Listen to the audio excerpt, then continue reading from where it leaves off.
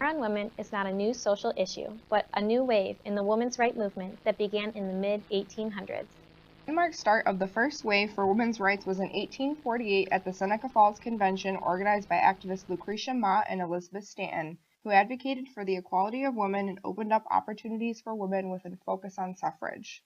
This wave seemed to fade out after women were granted the right to vote in 1920 by the 19th Amendment. The second wave of the cycle began in the 1960s and continued until the 90s.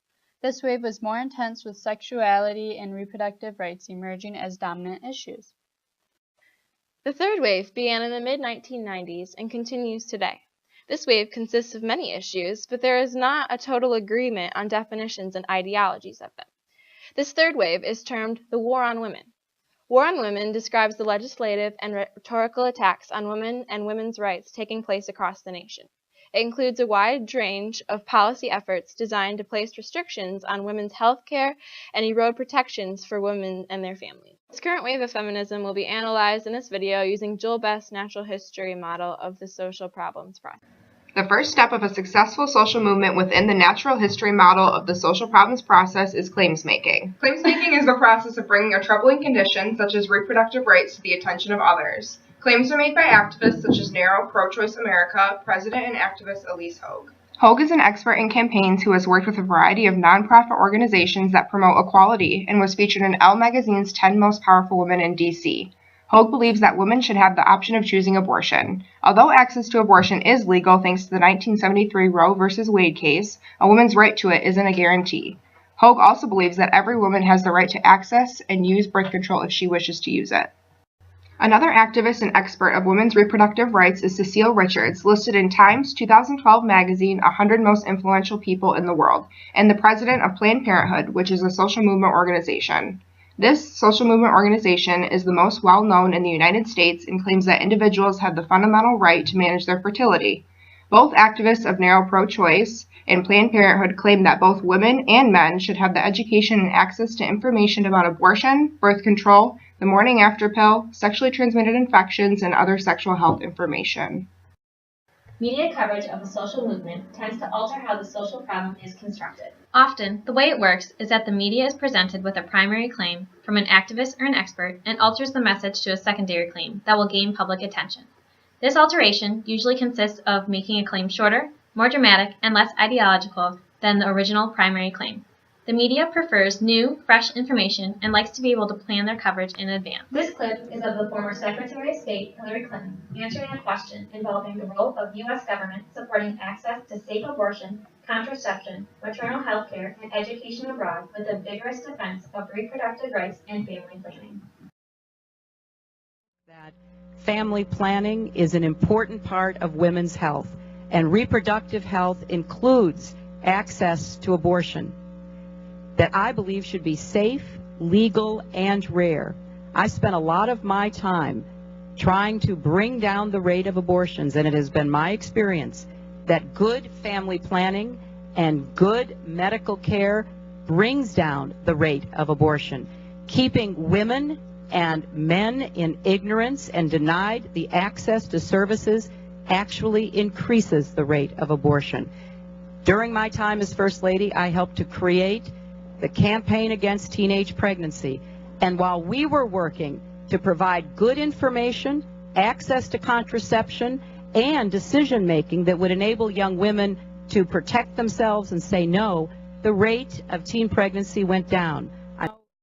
Hillary's main claims here are that if women are given the proper education and tools to prevent pregnancy, abortions will stay safe, legal, and rare.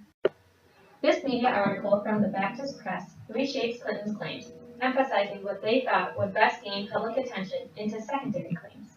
The article states, Secretary of State Hillary Clinton acknowledged at a congressional hearing the Obama administration regards abortion as reproductive health care and believes women throughout the world have a right to the procedure.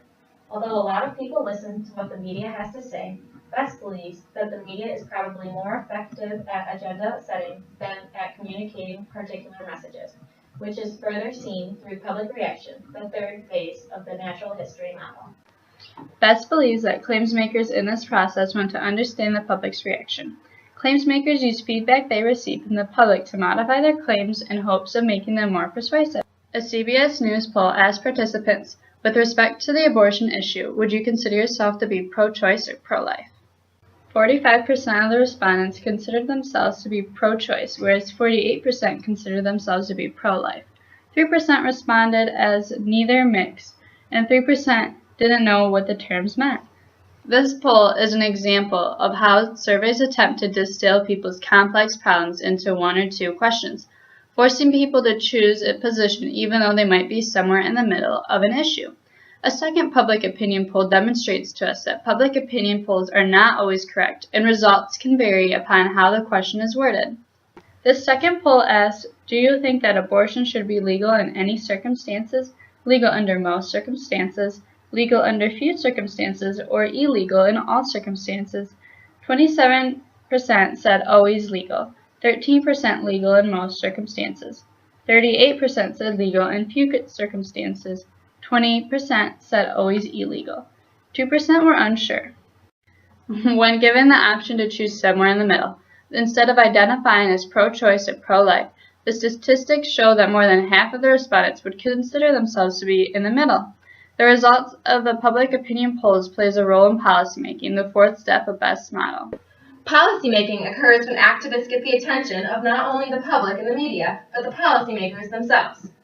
Policymakers entail members of the government, state officials, or even policymaking at a smaller level within an organization. The most well-known policy involving the reproductive rights of women is the 1973 U.S. Supreme Court case, Roe v. Wade. Woman in consultation with Best her natural physician history has model the of the social constitutionally problems protected right to process choose abortion in explains the the early route stages a of claims pregnancy, maker that can is, try to before take to viability. make their troubling Since then, condition the Roe v. successful. Wade decision has been upheld by the hard work of social problems workers. Social problems work is the application of the constructions of a troubling condition or a social policy to practical situations. Social problems workers are the people who deal with subjects or the people affected by the social problem. For the war on women, social problems workers are typically lawyers who work with their subjects, usually women who have been marginalized by issues like reproductive rights. In 1992, lawyers fought for and won the Planned Parenthood v. Casey court case that upheld the basic right to abortion. This case expanded the ability of the states to enact all but the most extreme restrictions on women's access to abortion. Social problems workers fight against the common restrictions that are working to get passed, such as parental notification or consent requirements for minors, limitations on public funding, and unnecessary and overbearing regulations on abortion facilities. Policy outcomes are the reactions to the way that social problems workers have implemented policies. BEST refers to the three general types of critiques about social policies. The first critique is that policy is insufficient. Many people that identify as pro-choice believe that policies surrounding abortion aren't doing enough to protect women and their right to abortion. The second critique BEST refers to is the policy being excessive. Pro-lifers may argue policy surrounding abortion goes too far. The third critique BEST refers to is that the policy is misguided. This means that policy is headed in the wrong direction. Both pro-choice and pro-life parties believe that policy for the opponent's group is misguided due to the ideological beliefs. Best natural history model of the social problems process explains the route a claims maker can try to take to make their troubling condition successful. Previous waves of feminism have gone through and succeeded in this process, but the current wave, the war on women, is still in progress. War on women activists and claims makers alter their claims based on the public's reaction of the policy outcomes. Social problems workers apply the current policies made by policymakers in the best way they see fit.